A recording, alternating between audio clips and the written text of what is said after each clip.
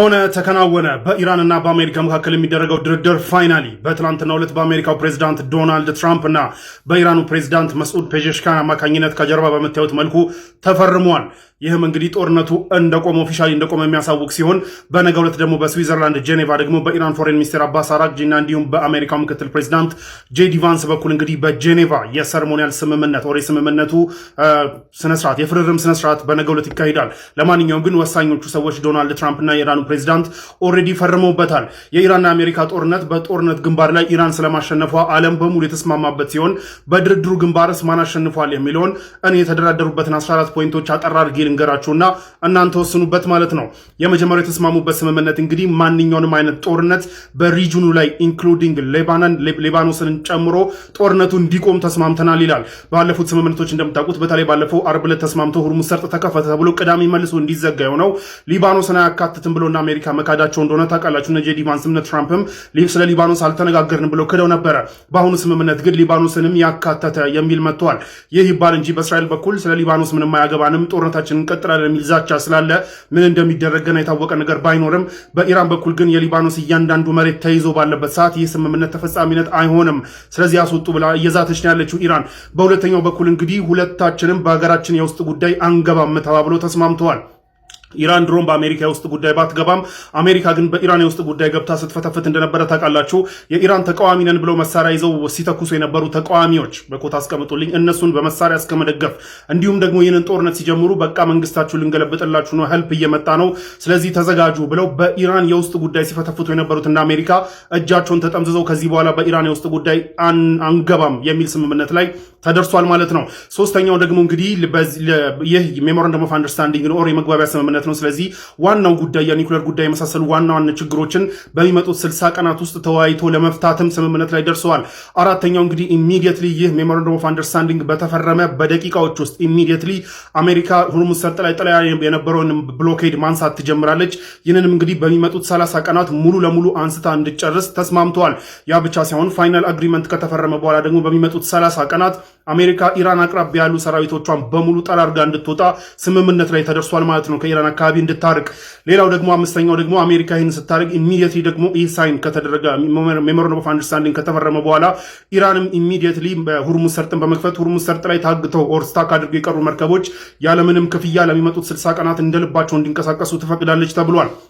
ያ ብቻ ሳይሆን በሚመጡት 60 ቀናት መርከቦች እንደ ልብ እንዲንቀሳቀሱና ኢራን ምንም አይነት ክፍያ እንዳትጠይቅ ተስማምቶ ያለ ሲሆን ነገር ግን ከ60 ቀን በኋላ ኢራንና ኦማን በመነጋገር ከሚድል ኢስት ሀገራት በሁርሙዝ ሰርጥ ነዳጅ የሚሸጡ የሚድል ኢስት ሀገራት ጋር በመነጋገር ኢራንና ኦማን ገንዘብ የማስከፈል መብታቸውን ያስከብራሉ ይላል። ስለዚህ ኢራንና ኦማን ሁርሙዝ ሰርጥን ሼር የሚያደርጉት እነሱ ስለሆኑ እያንዳንዱ በዛ የሚያልፍ መርከብ ለእነሱ ክፍያ የሚከፍልበትን ወይ ተነጋግረው ይስማማሉ ይላል። ስለዚህ አሜሪካ በምንም ተአምር ኢራን ሁርሙዝ ላይ ክፍያ አትቀበልም፣ ይህንን አንፈቅድም ስትል የነበረ ቢሆኑም በአሁኑ ግን እኔ የለውበትም ተነጋግራችሁ ክፈሉ ብለው ሚድል ኢስት ሀገራቶችን ያው ክደዋቸዋል ማለት ነው።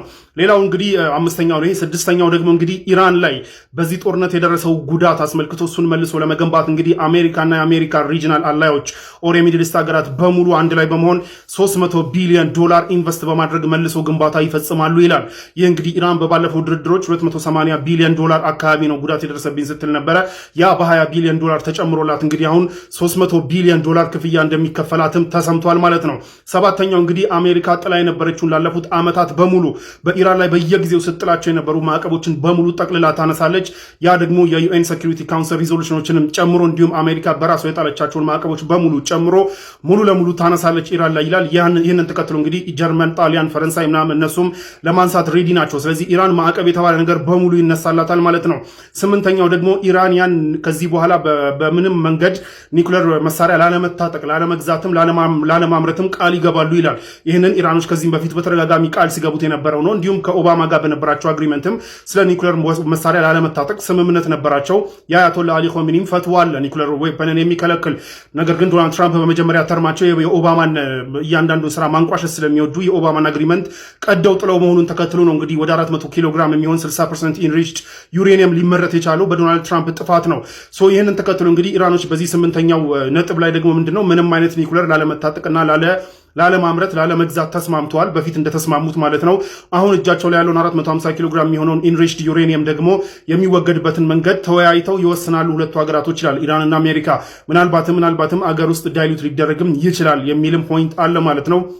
ዘጠነኛው እንግዲህ ይህ በዚህ 60 ቀን ውስጥ ፋይናል አግሪመንት እስኪደረግ ድረስ ሁለቱም ሀገራት ስታተስ ኮን ሜንቴን ያደርጋሉ ይላል።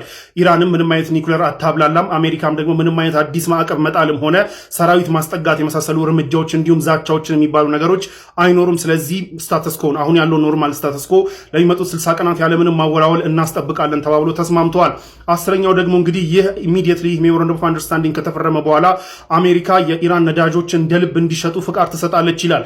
የኢራን ነዳጅና የነዳጅ ዴሪቬቲቮች የተለያዩ የነዳጅ ምርቶች እንዲሁም ደግሞ ሌሎችም ፔትሮኬሚካል ምርቶች ኢራን ከነዳጅ ጋር ተያይዘው የሚሰሩ ምርቶች እስከዛሬ ድረስ ኢራን እንዳትሸጥ ማዕቀብ ተጥሎባት የነበረውን ኢሚዲየትሊ በፍቃድ በመስጠት ኢራን እንደ ልቧ ነዳጇን እንድትሸጥም ተፈቅዷል ማለት ነው። ያ ብቻ ሳይሆን ኢራን ደግሞ ከዚህ በፊት አሜሪካ 11ኛው ደግሞ አሜሪካ ከዚህ በፊት ይዛባት የነበረችውን የኢራን በየሀገሩ ያሉ አሴቶች፣ ገንዘቦች፣ ንብረቶች የመሳሰሉትን እንዳይንቀሳቀስ አግዳ ነበር። ይህንን አሜሪካ አሁንም እንድታነሳ ተስማምተዋል ማለት ነው። በብዙ ቢሊዮን ዶላሮች የሚገመት ይህ ንብረት እንግዲህ ለኢራን ይለቀቅላታል ተብሏል። ከዛ እስካሁን ከነገርኳችሁ ቢሊዮኖች ውጪ ይህ ቢሊዮን ደግሞ ይለቀቅላታል ተብሏል። 12ኛው እንግዲህ ይህን አግሪመንት አሁን የተፈራረሙት ሜሞራንደም ኦፍ አንደርስታንዲንግ አግሪመንት የሚቆጣጠርና አፈጻጸሙን የሚከታተል ቡድን ተወያይተው ያቋቁማሉ ይላል። ሁለቱ ሀገራቶች ተወያይተው ያቋቁማሉ። 13ኛው ደግሞ እንግዲህ ይህ ከተፈረመ በኋላ ኢሚዲየትሊ እነዚህ ሁለቱ ሀገራቶች ኢራንና አሜሪካ ፋይናል አግሪመንት ላይ ለመድረስ በዚህ 60 ቀን ውስጥ ኢሚዲየትሊ ድርድር ይጀምራሉ ይላል። በሚቀጥሉት ሳምንታት ድርድሮች መልሰው ቀጥለው እንግዲህ ስለ ፋይናል አግሪመንት ይወራል ማለት ነው። 14ኛው ይህ አግሪመንት የባይንዲንግ ዩኤን ሴኩሪቲ ካውንስል ሪዞሉሽን ተብሎ ጸድቋል ተብሏል ማለት ነው። ስለዚህ ለማንኛውም ነገ ፋይናሊ የስምምነት የፍርርም ሰርሞኒያል ፕሮግራም ይካሄድና ያ ዋናው ነገር ይለያል ማለት ነው። ለማንኛውም ግን በዚህ አሁን በነገርኳችሁ ፖይንቶች ማን አሸነፈ ብላችሁ ታስባላችሁ? ኮሜንት ላይ ያስቀምጡልኝ። በአሁኑ ሰዓትም እንግዲህ ከኢራን የወጣው መረጃ ለምን እያነጋገረ ይገኛል? እጅግ በጣም አስገራሚ የሆነ መረጃ ነው። ኢራንና አሜሪካን ተኩስ አቁም ስምምነት ላይ መድረሳቸውን ተከትሎ ኢራን አዲስ የሆነ እርምጃ ልትወስድ እንደምትችል ተነግሯል። ከአሜሪካ ጋርም የሚደረገው ስምምነት በዚህ መልካም ሆኖ የሚቀጥል ከሆነ ኢራን ከአሜሪካ ወደ 100 የሚጠጉ የቦይንግ ፕሌኖችን እንደምትገዛ ተናግራለች ተብሏል። ይህም እንግዲህ የዓለማችን ሕዝብ ያልጠበቀው መረጃ ነው። ሁለቱ ሀገራት እንደሚታወቀው ጦርነት ላይ ነበሩ። ከጦርነት ወዲያውኑ ደግሞ ወደ ንግድ መዞሩ ነገሮቹ ብዙዎችን እያነጋገረ ይገኛል። የጦርነት መጨረሻው ግን እጅግ በጣም ነው የሚገርመው። ብዙ ሰው ሞቷል፣ ብዙ ንብረት ወድሟል። በዚህ ጦርነት ብቻ የዓለማችን ኢኮኖሚ የሀገራችን ኢኮኖሚ ተቃውሷል። ነገር ግን ከዚህ ከባድ ከሆነ ጦርነት በኋላ ስምምነት ካረጉና ስምምነታቸው በዚህ ጥሩ መልኩ የሚሄድ ከሆነ ሁለቱ ሀገራት ወደ ንግድ ይመለሳሉ በፍጥነት ተብሏል። ምን ታስባላችሁ? የጦርነት መጨረሻ እንግዲህ ይህ ነው። ከዚህም ብዙ ነገር መማር አለብን ብዬ አስባለሁ እንደ አንድ ኢትዮጵያዊ። ሰበር መረጃ ሰምቷል። በአሜሪካኑ ፕሬዝዳንት በልደታቸው ቀን እሳቸው ላይ ያነጣጠረ የግድያ ሙከራ መክሸፉን በአሁኑ ሰዓት ተነግሯል። መረጃውም ወጥቷል። ይህም ግድያ ዋይት ሃውስ በሚደረገው በፕሬዝዳንቱ የልደት ቀንና የአሜሪካን 250ኛ ዓመት መታሰቢያ ቀን ለማድረግ የሞከረው ሰው ግለሰብ በቁጥጥር ስር ውሏል። እሱና አብረው ሲሰሩ የነበሩ ሰዎች፣ እነዚህም ሰዎች በቁጥጥር ስር እንዲውሉ ያደረጉት የገዳዩ እናት ናቸው ተብሏል። ሲክሬት ሰርቪስም እንዳሳወቀው ከሆነ በዚህ ግድያ ሙከራ ላይ ሊሳተፉ የነበሩት ወደ 19 የሚቆጠሩ ሰዎች ሲሆኑ ከዚህ ውስጥም 5ቱ በቁጥጥር ስር የዋሉ ሲሆን ሌሎቹ እንግዲህ እየተፈለጉ ይገኛሉ ተብሏል። ታዲያ የግድያ ሊፈጸም የነበረው በዋይት ሃውስ በተዘጋጀው ፕሮግራም ላይ ሲሆን ፕላኑን በዚህ መልኩ ነበር እንዲፈጸም የታሰበው። የተለያዩ ድሮኖችን በመጠቀም ማለትም ፈንጂ የታጠቁ ድሮኖችን በመጠቀም በዋይት ሃውስ ፍንዳታ እንዲከሰት በማድረግ ታዲያ ይህንን ፍንዳታ በመሸሽ በሚወጡ ሰዎች ላይ የተኩስ ሩምታ ለመክፈት ዝግጅታቸውን ጨርሰው ነበር ተብሏል። ታዲያ ይህ ከኋላ የምትመለከቱት ግለሰብ ብዛት ያላቸው መሳሪያዎች በመግዛትና በመዘጋጀት በሺዎች የሚቆጠሩ ጥይቶችን በማዘጋጀት ወቅት ሳለ የገዛ እናቱ ጠቁማ ነው እንዲያዝ ያደረገችው። ወደ ፖሊስ በመደወል ይህ ግለሰብ በቁጥጥር ስር እንዲውል አድርጋለች የገዛ እናቱ። ሲክሬት ሰርቪስም እንደተናገረው ከሆነ ይህ ፕሮግራም ከመዘጋጀቱ ከአንድ ቀን በፊት እነዚህ ሰዎች በቁጥጥር ስር እንዲውሉ አድርጓል። አሁንም የተጨማሪ የሆነ ማጣራት እያደረገ ይገኛል። ታዲያ እነዚህ ግለሰቦችን በአሜሪካን ፕሬዝዳንትና እንዲሁም ባለስልጣኖቻቸው ላይ ግድያ ሙከራ ለማድረግ ያሰቡበትና ያቀዱበት ምክንያት የመጀመሪያው ከኮራፕሽን አንጻር ነው። ሁለተኛው ደግሞ ከኤፕስቲን ፋይል ጋር የተያያዘ ነው ተብሏል። ሶስተኛው ደግሞ የተለያዩ ዳታ ሴንተሮች በኢንቫይሮንመንት ላይ የሚፈጥሩትን ችግር ተከትሎ ያላቸውን ተቃውሞ ለማሳየት ይህን ግድያ ሆነ ብለው አቅደውበት ፕላን አድርገውታል ተብሏል። ይህም እንግዲህ ሳይሳካላቸው ቀርቷል። በቁጥጥር ስር ውለዋል 5ቱ። በተጨማሪም የቀሩትን ሰዎች ኤፍቢአይ በማፈላለግ ላይ እንደሆነ በአሁኑ ሰዓት ተነግሯል። የአሜሪካኑ ፕሬዝዳንት ዶናልድ ትራምፕ ላይ ሌላ የግድያ ሙከራ ታቅዶላቸው ነበር። ይህም ከሽፏል ተብሏል።